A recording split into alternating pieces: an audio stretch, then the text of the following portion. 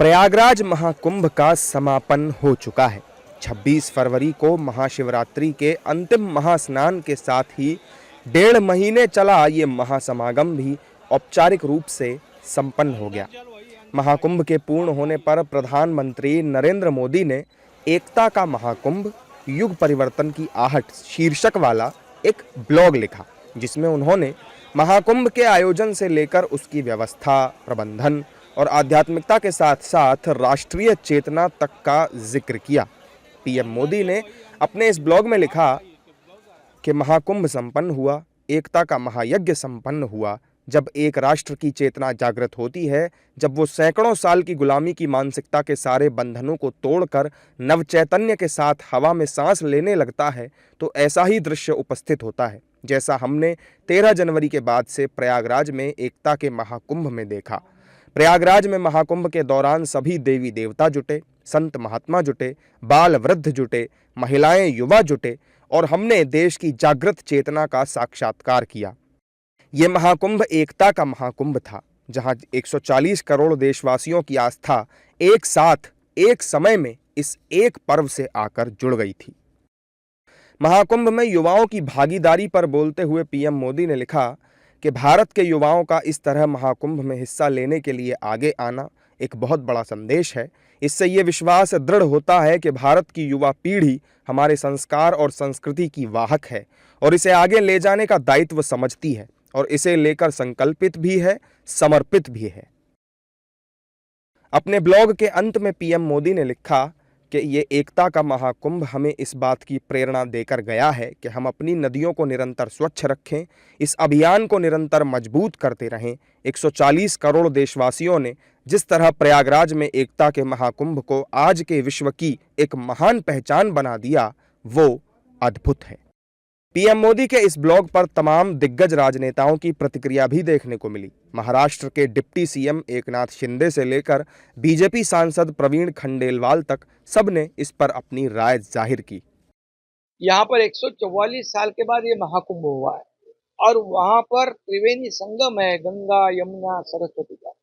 वहाँ मनुष्य जन्म में जो भी जाता है उसको जन्म सार्थक हो जाता है, ऐसी भावना सबके अंदर है। 65 करोड़ से ज्यादा लोग वहाँ गए हैं। उत्तर भारत के उत्तर प्रदेश के मुख्यमंत्री योगी आदित्यनाथ जी का धन्यवाद देना चाहिए, उनका अभिनंदन करना चाहिए, क्योंकि उन्होंने जो नियोजन किया है, बहुत बड़ा नियोजन, अच्छा नियोजन किया है। मैं आदरणीय प्रधानमंत्री जी को भी धन्यवाद दूंगा। उनके मार्गदर्शन में ये बड़ा महाकुंभ जो है, ये अद्भुत महाकुंभ सफल रहा। मैं आदरणीय देश के गृह मंत्री अमित शाह जी को भी धन्यवाद दूंगा, क्योंकि सुरक्षा व्यवस्था जो उन्होंने रखी है वो बहुत ही पुख्ता थी और सुरक्षा पूरी तरह, लाखों करोड़ों लोग गए, उनकी सुरक्षा व्यवस्था भी अच्छी थी। देखिए, निश्चित रूप से महाकुंभ विश्व का सबसे बड़ा मानव समागम है। अभी हाल ही में वो समाप्त हुआ और निश्चित रूप से यदि वहाँ की व्यवस्थाएं चाक चौबंद ना होती तो 66 करोड़ से अधिक लोग महाकुंभ में आस्था और विश्वास की डुबकी नहीं लगाते। ये अपने आप में बहुत विराट आयोजन है और माननीय प्रधानमंत्री श्री नरेंद्र मोदी जी ने मुक्त कंठ से जनता की, प्रशासन की और सरकार की सबको साधुवाद दिया है। इतने बड़े आयोजन में कुछ कमी रही होगी तो माननीय प्रधानमंत्री ने स्वयं उसके लिए क्षमा मांगी है।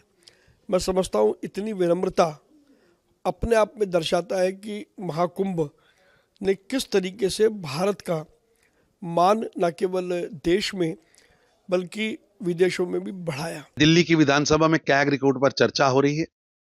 खजाने की चोरी पर चर्चा होना स्वस्थ लोकतंत्र का आधार है एवं समय की जरूरत भी है। केजरीवाल कुशासन और आम आदमी पार्टी के लूट, घोटाले और सरकारी खजाने की बर्बादी का काला चिट्ठा देश के सामने आना चाहिए।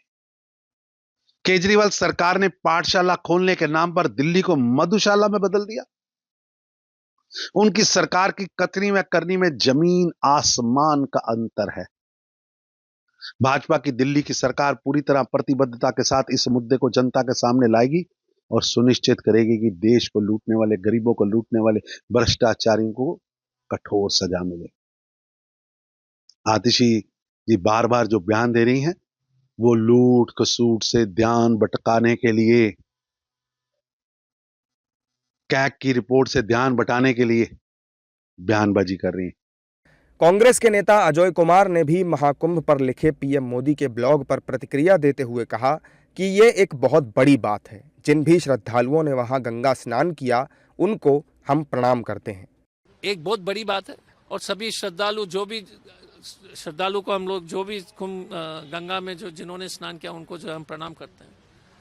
लेकिन कांग्रेस पार्टी ने हमारा बड़ा क्लियर स्टैंड है। हमारे लिए हर धर्म दूसरे धर्म के भी भाई हैं। हम मंदिर भी जाएंगे, कुंभ में भी जाएंगे, मस्जिद में भी, मज़र हो, गुरुद्वारा हो, कहीं पर भी हो, ईसाई घर हो, हम सभी समान, क्योंकि हम सब भारतीय हैं। महाकुंभ के समापन के मौके पर यह ब्लॉग लिखकर पीएम मोदी ने महाकुंभ से जुड़ी देश के करोड़ों लोगों की भावनाओं को एक तरह से प्रकट किया है।